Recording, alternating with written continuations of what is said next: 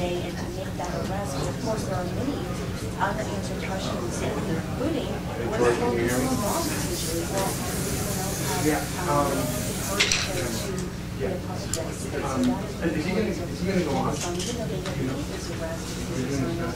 So what's the plan? Hey, Mark, just live. So we're gonna, so we get How's your Georgia? You know, the hits keep on coming. But we really need this. New York. Anyone listening?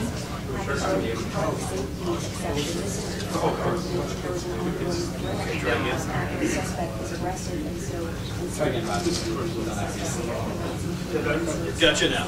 Gotcha. What's his name? Oh, okay.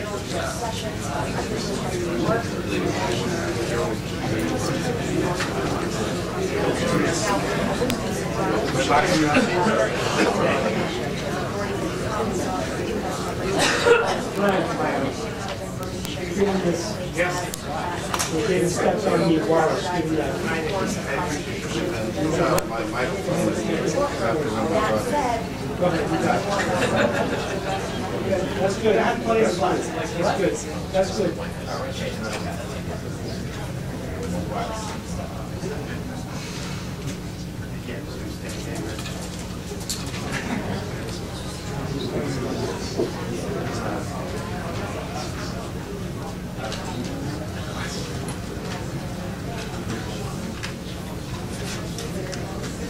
Waldo Schwartz. Oh, Pete.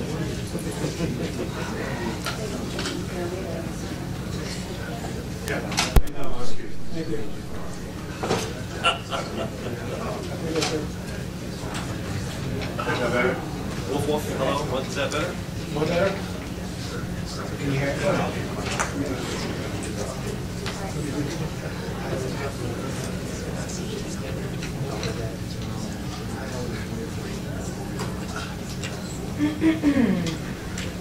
Right on. Okay, I'm just grabbing my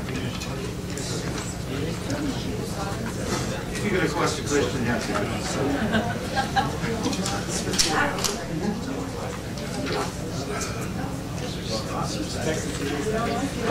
Okay.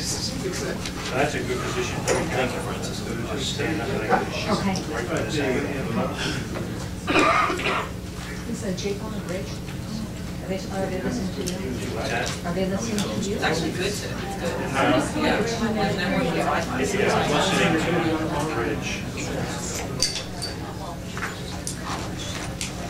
You're hearing ISP still? It's actually great.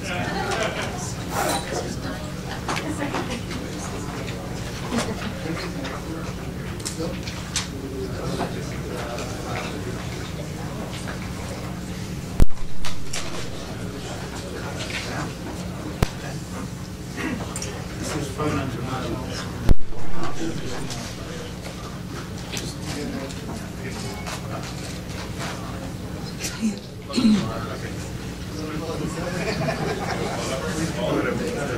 Sorry.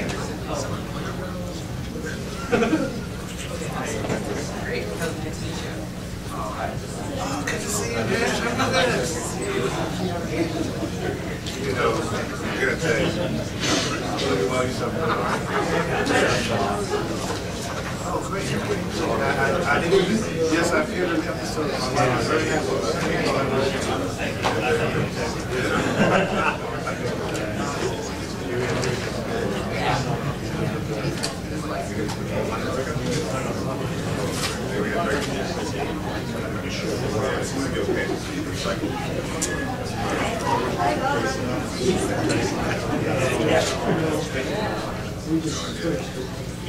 Such a long throw, I see.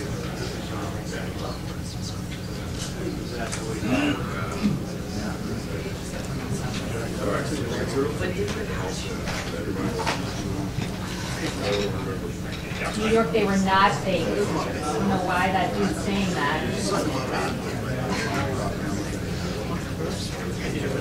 Are you still trying to get it? Okay. I texted you. I'm not going to Okay.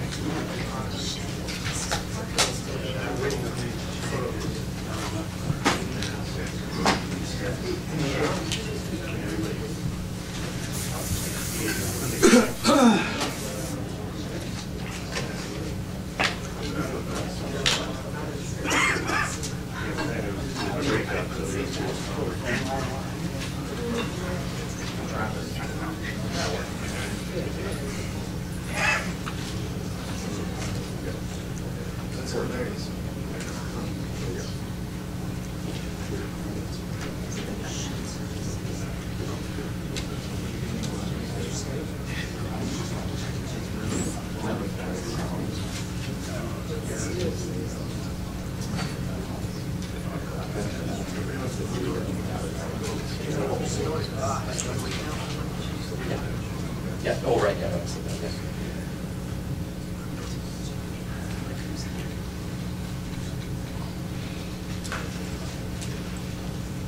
Well, I think one of the important questions is what was the big break here? Tracking down this 56-year-old suspect.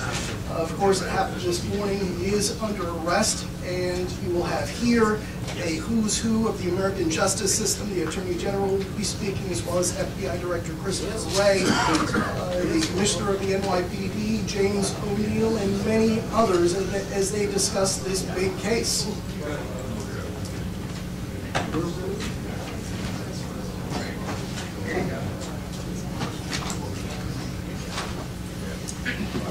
Well, listen, I mean, we're still hearing these reports of potential packages out there, and in fact, all week, federal officials have been warning to stay vigilant, and local officials in New York saying, if you see something, say something. So the concern is out there that there could be more suspicious packages in the system. And so we will ask them about that too, whether people can rest easy that all of the packages have been accounted for. That's still an unanswered question. Well, he's 56 years old. We're told that he lives in the South Florida area. Various reports saying that he lives with his mother, someone who has been at times into bodybuilding. And then you saw that van that was taken into evidence with all of those images on the side of the van, Vice President Pence as well as President Trump, and then mired in a swamp, and one of the images were Democrats. You know, so that is another question that we have. What was the motive here? Was there a political motivation? There are many who've been following this case who say that, of course, there was. And so that will be one of the important questions that the Attorney General and others here will have to answer.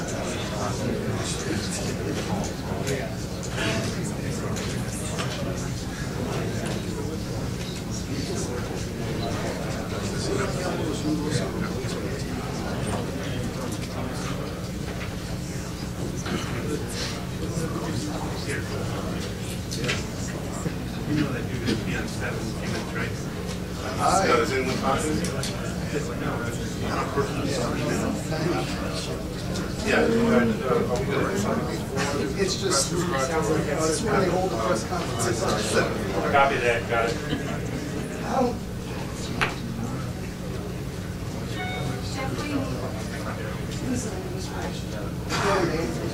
Seventh floor conference room. That's what I said. 7th floor conference room. Thank you.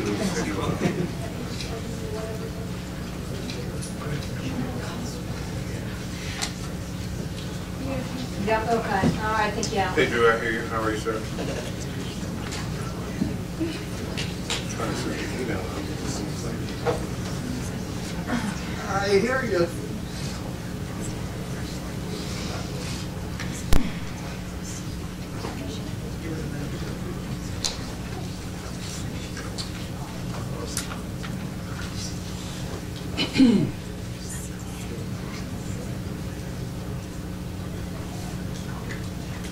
Yep, I do, thank you.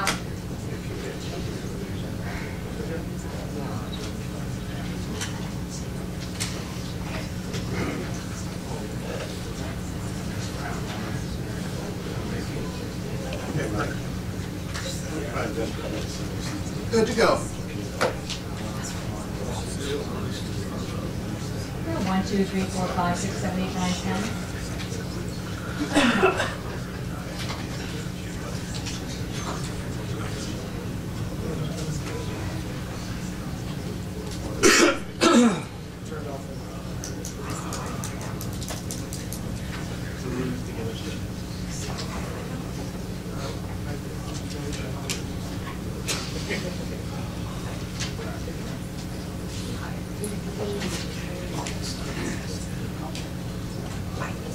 Oh, well, yeah, we heard that they were.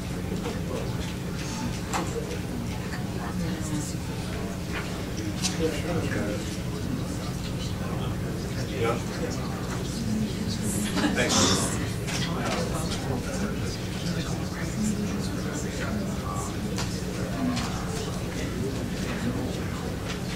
Yeah, they haven't put any.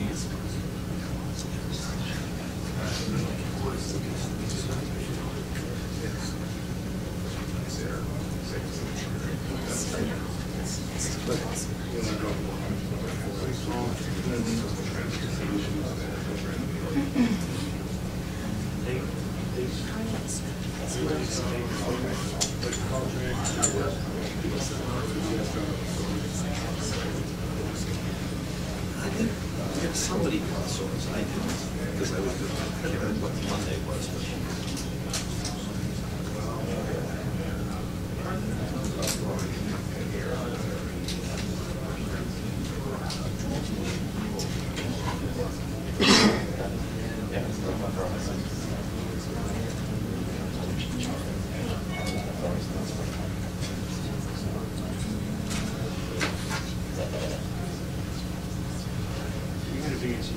Harvey, your light just went out.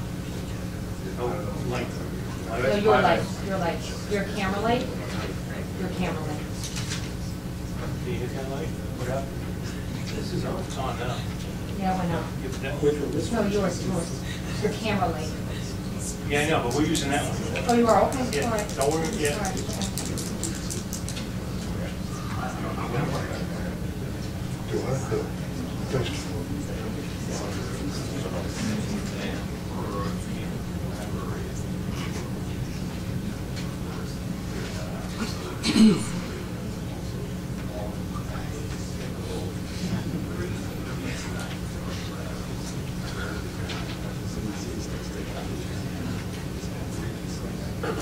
Hey, Frank?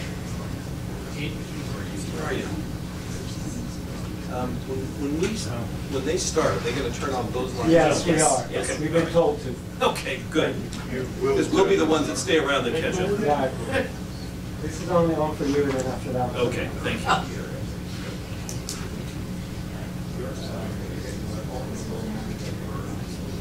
I don't know if the answer came on. The third one.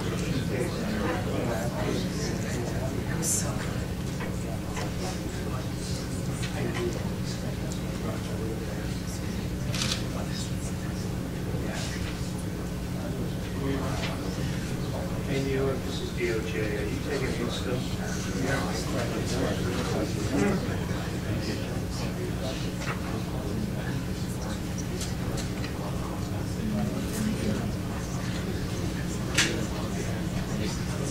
Well, dinner, we're just a few minutes away. We anticipate that some New York authorities will also be here for the press conference. That may be an indicator that a criminal prosecution would proceed in a New York jurisdiction. There's really three main things to be watching for during this news conference. One, what was the tip or the piece of evidence that really broke the case wide open? Number two, are they satisfied that this individual, Cesar Sayoc, acted alone, or did he have help from others, either witting or unwittingly? And have they determined whether there was any kind of motive involved in this? Every day reporting for the last couple of hours, he was known to federal law enforcement as well as state and local law enforcement. He had a history of making at least a couple of bomb threats, also a battery, grand theft, a number of traffic violations.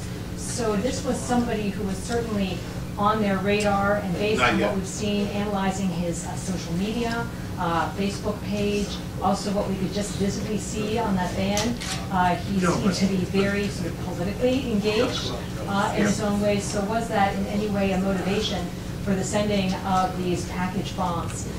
What we can tell you from our reporting is that the FBI has been working along with members of the Joint Terrorism Task Force very swiftly, very aggressively, and we've got really concrete evidence of that in 5 sealed warrants that were filed in the Southern District of Florida for what are called pen registers with a trace and a hold. Pen registers are used to identify the phone numbers a suspect is calling and also receiving phone numbers on, whether it's a landline, a cell phone, or limited computer activity.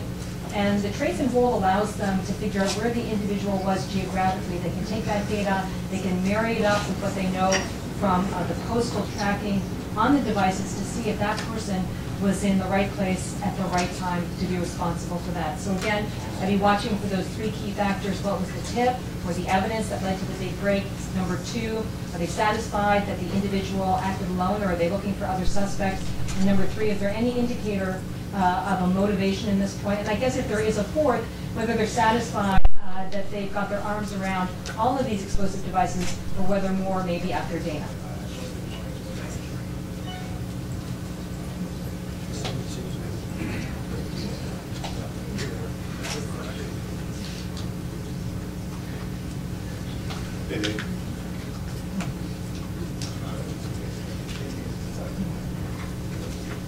Well, the usual choreography with these events is that they tell you it's going to be at 2:30, then it slides about 15 minutes because they're getting everyone together and they're finalizing the complaint. They like to give you the complaint about 90 seconds before they start, but you know it's a very fluid situation. But on a more serious note, you know, it takes a lot of heavy lifting to get a criminal complaint on an individual from multiple devices across several jurisdictions, and they want to make sure everyone is on the same page for what's a very important announcement, not only for the Justice Department, but also for the FBI writ large, because this is the kind of case where they're able to really pull together, get on the same page, and take the full weight of the federal government and the U.S. intelligence community to bring a case like this to a quick, what appears to be a pretty quick resolution.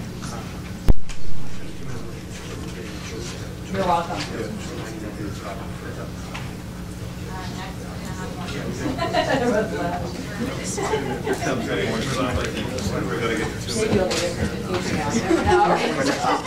Hello, this is your 2-minute warning. In addition to the people in the media advisory, we also have John Demers, the Assistant Attorney General for the National Security Division, standing in the back of the stage.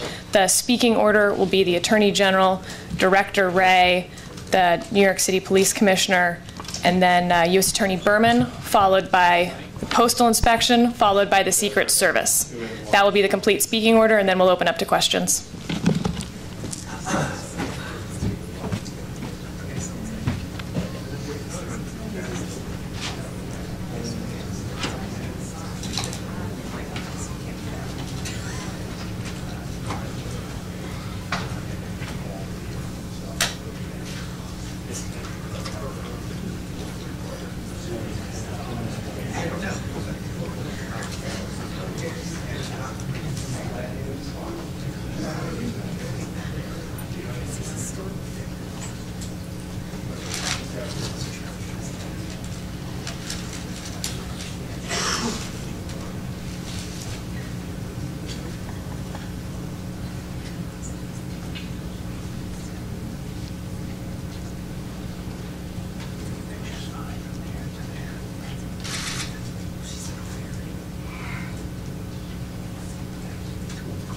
And I'm going to duck out of here as soon as they come in, Lester. But, you know, those packages were still being discovered as the agents were closing in on him in Florida. And I'm going to get out of the way because here they come, Lester.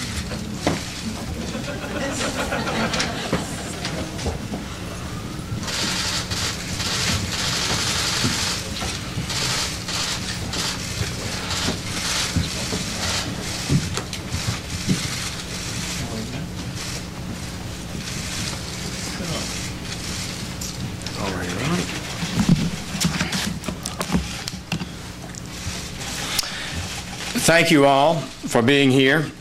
Over the past week, more than a dozen suspicious packages have been sent through the United States Postal Service to a media outlet a Hollywood actor, and at least 7 high-ranking current and former political leaders in the Democratic Party.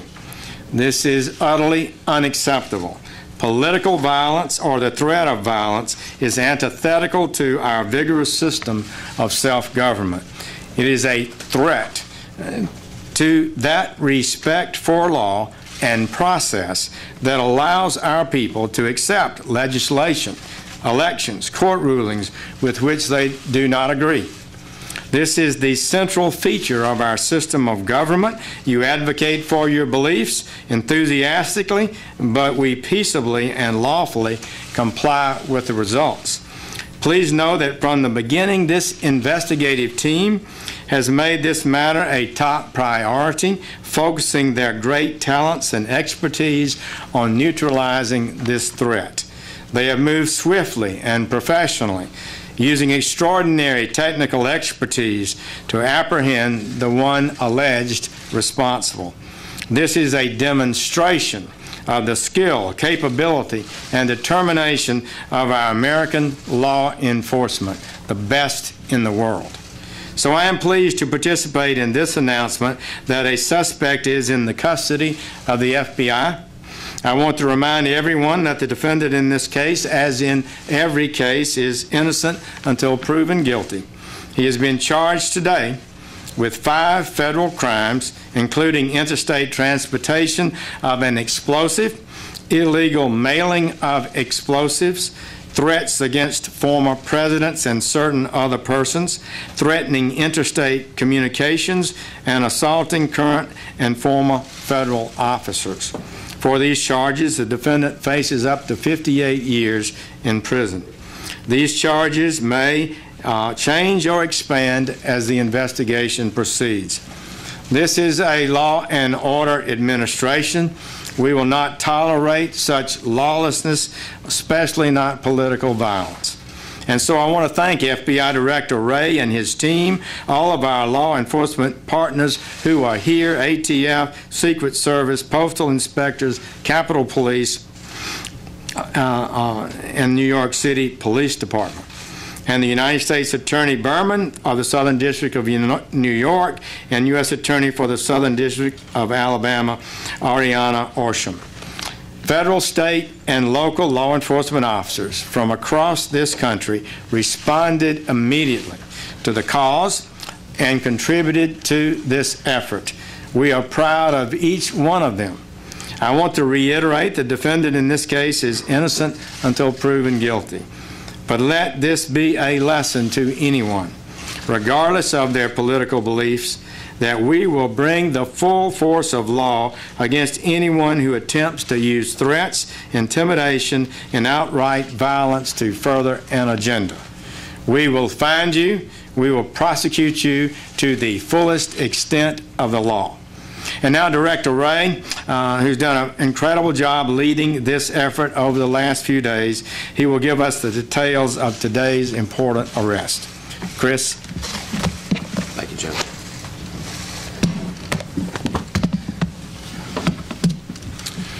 As the Attorney General has confirmed, we have arrested Cesar Sayoc in connection with this investigation. As our investigation is still ongoing, I may not be able to answer questions about his background or about his motive. What I can say is that this was a nationwide investigation of enormous scope and of the greatest importance. Our investigation ranged from New York to Delaware, to Maryland, to the District of Columbia, to Florida, to California. And as it always does, the FBI responded with every resource we've got, including our Joint Terrorism Task Forces, our Counterterrorism Division, and our world-renowned experts at the FBI lab in Quantico. But, and I really can't underscore this enough, we did not act alone, as you can see from the agencies and departments represented up here today. A threat of this scope and of this magnitude requires all of us working shoulder to shoulder. And today's arrest is a testament to the strength of our partnerships and what we can do when we all work together. I want to acknowledge the many partners who helped in recovering and transporting these IEDs to our lab in Quantico. This is dangerous and highly skilled, specialized work that requires great care, and we're incredibly grateful to all those who helped us in that effort in getting those devices to our lab from around the country. We can confirm that 13 IEDs were sent to various individuals across the country. Each device consisted of roughly 6 inches of PVC pipe, a small clock, a battery, some wiring, and what is known as energetic material, which is essentially potential explosives and material that give off heat and energy through a reaction to heat, shock, or friction. Though we're still analyzing the devices in our laboratory, these are not hoax devices. I want to focus for a moment on the amazing work of our folks at the FBI lab. Based on their initial analysis, they uncovered a latent fingerprint from one of the envelopes containing an IED that had been sent to Congresswoman Maxine Waters. We have confirmed this fingerprint is that of Cesar Sayoc. There is also a possible DNA connection between samples collected from pieces of 2 different IEDs mailed in separate envelopes and a sample previously collected from Sayoc in connection with an earlier arrest down in Florida. This is phenomenal work with the greatest pressure under an incredibly tight time frame. We see unbelievable work like this on TV and in Hollywood, but to see it up close in reality is something to behold. And we are so proud of our team at the lab for their work in keeping people safe and helping us to find the individual responsible. Late last night, we also turned to our partners in the Florida Department of Law Enforcement for confirmation of this DNA connection, and we want to thank them in particular for their very quick work. I also want to thank the men and women of the FBI's Counterterrorism Division who remain on high alert every single day to try to keep the American people safe from harm, and who move quickly and efficiently into action every single time. Today's arrest doesn't mean we're all out of the woods. There may be other packages in transit now and other packages on the way. So we need the help of everyone out there, every citizen, everyone in law enforcement, everyone we've got to help with this investigation in the days to come. If you've got any information, please call us on our tip line at 1-800-CALL-FBI or our email line tips.fbi.gov. No piece of information is too small. Every tip could be the one that leads to something very important. And of course, if you see something suspicious activity, please call your local authorities. We need all hands on deck. We need to stay vigilant. Finally, I want to thank our partners. Too many to name from across the country because we cannot do this work alone. Everyone up here today understands that, and we take that to heart every single day as we do the hard work together of protecting 325 million Americans. Now I'd like to turn the podium over to Commissioner O'Neill from the NYPD.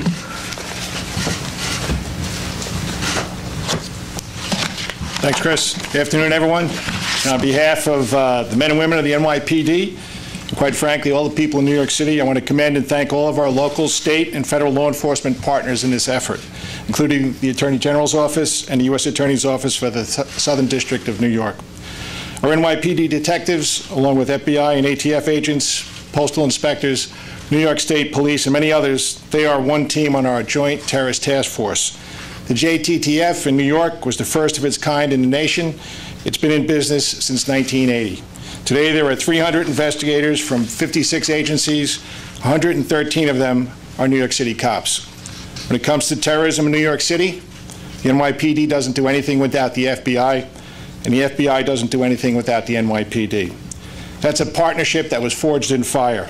In my 36 years in policing, our relationship has never been stronger. This case told that story again. New York City cops were side by side with FBI agents and many other agencies in Florida this morning. Together, they brought justice, as they always do. The wide experience of our agencies, coupled with the individual expertise of the members of the NYPD Bomb Squad, our highly trained emergency service unit, our Intel Bureau, our Counterterrorism Bureau, our patrol cops, who were the first to respond to CNN, all helped lead to today's arrest. I couldn't be more proud of the work each of them did in this case and the work they do every day. We said from the outset that we would identify and arrest the person or people responsible for these acts. We can make that promise because of the confidence we have in our ability to investigate in a deliberate and precise manner. Today's arrest means that New Yorkers and indeed people across our nation are safe, but as Director Ray said, there might be more packages out there, so everyone still needs to take caution. And if you see something out there, call 911, and in New York City we have a number also, 1-888-NYC-SAFE. I want to thank the members of the public who contacted authorities with information during this investigation. New Yorkers don't back down, they step up every single time. We've been through things like this before, and much worse. I'm never surprised by the unmatched resiliency our city always displays. Thank you also to the media for broadcasting the photos the NYPD released, because it certainly helped workers around our city identify additional packages and help move forward with this investigation. Thank you. Thank you, Commissioner. Good afternoon. I'm Jeff Berman, United States Attorney for the Southern District of New York. 5 days ago, on October 22nd, law enforcement recovered the first device from a residence of George Soros. Over the last 5 days, as more packages were found across the country delivered to former presidents, federal officials, and public figures, our law enforcement community, federal, state, and local, has worked day and night together with other prosecutors from my office to identify and apprehend the perpetrator that has now happened. Today, my office has filed a complaint against Cesar Sayoc, charging him with multiple federal crimes for his insidious conduct. Specifically, the defendant is charged in 5 counts that include illegally mailing and interstate transportation of explosives and threatening a former president of the United States. As alleged in the complaint, the defendant mailed destructive devices to citizens of this country who currently hold or have held our highest public offices: President Barack Obama, former Secretary of State Hillary Clinton, former Vice President Joe Biden, former Attorney General Eric Holder, Congressperson Maxine Waters, U.S. Senator Cory Booker, former CIA Director John Brennan, and former Director of National Intelligence James Clapper. The defendant's conduct as charged is cowardly and reprehensible and totally anathema to our democracy. And now the defendant faces a potential total of 58 years in prison. This is an ongoing and active investigation. We will not rest until these crimes are fully investigated and the defendant or defendants are brought to justice. I want to take a moment to thank our partners, the Joint Terrorism Task Force, the FBI, the NYPD, U.S. Postal Inspection Service, New York State Police, the ATF, the hardworking career prosecutors and investigators in the terrorism unit of the Southern District of New York, and I would also like to thank the extraordinary cooperation we received from the Southern District of Florida. Thank you. Good afternoon. My name is Gary Barksdale, Deputy Chief, United States Postal Inspection Service. First off, like many of my colleagues, I'd like to thank all of our federal partners who participated in this nationwide investigation: the FBI, ATF, Secret Service, New York Police Department, and the many state and local law enforcement agencies who provided valuable assistance. Truly, I can say this is the way law enforcement is supposed to work.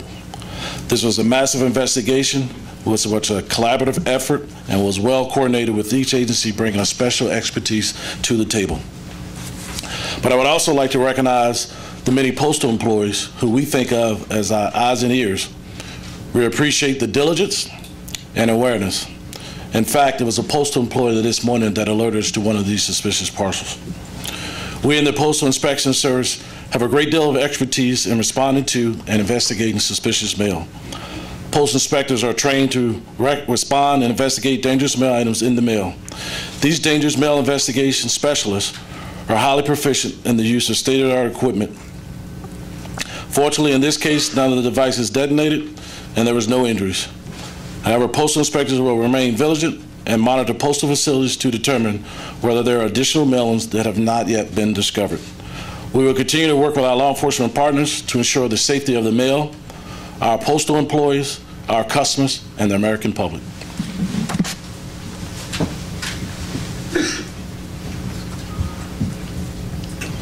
Good afternoon. Tex Ellis, the Secret Service Director. Just as the other speakers have emphasized, I just want to comment on the importance of cooperation here. We were in the forefront of this with receiving early packages on Tuesday and Wednesday, and fully engaged with the Joint Terrorism Task Force and other federal partners, and just want to acknowledge the great work done by the FBI, ATF, the Postal Service, and inspectors, New York City Police, Capitol Police, and then the different states involved, New York, Florida, California, Delaware, Maryland, and even the District of Columbia. So, and I also want to spend just a few minutes to emphasize how seriously the Secret Service takes these threats, how important it is to provide protection to our protectees, including former presidents and the current president and vice president, and just thank our agents and officers and analysts who not only investigate cyber and financial crime, but provide world-class protection to our protectees. I think they've done outstanding work here. I would just also remark that since Tuesday, along with Director Wray, this has been our #1 focus of the agency, is to find the perpetrators of these incidents and to bring them to justice. Thank you. With that, we'll take a few questions. Pete? Mr. Wray, can you tell us along the lines of how fast this moved, when did you or folks isolate the fingerprint? So each of the devices was being brought through what are called total containment vehicles to our lab, and they were coming kind of seriatim. And we received some of them. The first two that we received were the devices that were sent to former President Obama and the D.C. package that was sent to Congresswoman Waters. And so the analysis began on that, I think, yesterday. And we were starting to receive information over the course of the last 24, 36 hours. So it was found yesterday? I don't have the exact time, but that's ballpark. Here. A question for Director Wray and Attorney General Sessions. Can you describe your reaction to when you got word that there was a latent fingerprint that might lead you to a suspect? And also, could you give us a sense of why the devices may not have exploded?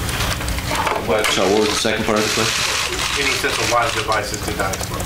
So on the first part, my reaction to hearing that we had a possible match just validated my unbelievable faith and confidence in the men and women of law enforcement, and in particular of the FBI lab. There's a reason why the FBI's lab is known as one of the very best in the world, and the folks who work there are extraordinary. And once I knew that they had a print, I was pretty confident that we'd be able to find the right person. As far as the devices themselves, it's important to say, as is in the complaint, that even if the devices, and we're still trying to determine whether or not they were functional, as they say, so we're doing all kinds of analysis on that to make a definitive determination, but they did contain energetic material, which, if subjected to the right combination of heat or shock or friction, could be dangerous to the public, and the public should treat any device like that accordingly. Attorney General Sessions, could you tell us plainly, why was he targeting Democrats? I don't know, other than what you might normally expect. He may have been appears to be a partisan, but that would be determined by the facts as the case goes forward, and I'm not able to comment on that. Is he cooperating? We're not going to be discussing where the investigation stands at this time. Director, can you? I'm just curious what role you think the rhetoric in the political arena might have played in this, and is that giving you more work? We're focused not on the talk, but on the work of the men and women of law enforcement here, and the work that was done over the last week is something that should make every American proud and grateful, and it's too early at this stage for us to be discussing motivation in this particular case. But just to follow up, are you concerned that nasty political rhetoric might motivate someone who's predisposed to violence to act out? We're concerned about people committing acts of violence under any motivation. Kevin. Director, do you believe that he's the only one involved in this campaign? and you continue to make reference to other devices that might be out there. Do you have any sense of how many that are still in the stream? So, as I said at the outset, and I think the Attorney General said as well, this is very much an active and ongoing investigation. We do believe that we've caught the right guy, but we also know that this is an ongoing investigation, and there's a lot of work still to be done, which means there's still plenty of unanswered questions. We'll do last question, Sarah. Well, that might be your question. Yeah, that was my question. When did you first brief President Trump on having a suspect in custody? And if you can say, what was his reaction? I'm not going to get into our discussions with the President. I will say that I received a very nice congratulatory call from the President shortly before heading over here and saw his remarks that he made at the White House. And I think he, like every American, is and should be proud of the unbelievable work that was done not just by the FBI, but by all of our law enforcement partners across multiple states in this. I think Commissioner O'Neill said it well. The partnerships that exist in the law enforcement profession right now in this country are extraordinary, are better than they've ever been, and it's exactly what the doctor ordered for this country at this time. Thank you so much. Do you think the suspect intended for the bomb to go off?